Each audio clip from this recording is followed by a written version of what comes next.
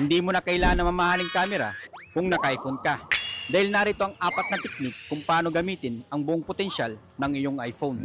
So una, pumunta ka sa settings at itap ang camera. Piliin ang formats at ilagay ito sa high efficiency. At iyon ang Apple ProRAW and Resolution Control. At iset ito sa ProRAW Max. Sa mga pinakabagong iPhone, maaari kang kumuha ng mga larawan hanggang 48 megapixels. Pangalawa, itap ang record video at ilagay ito sa 4K at 24 FPS para sa cinematic video.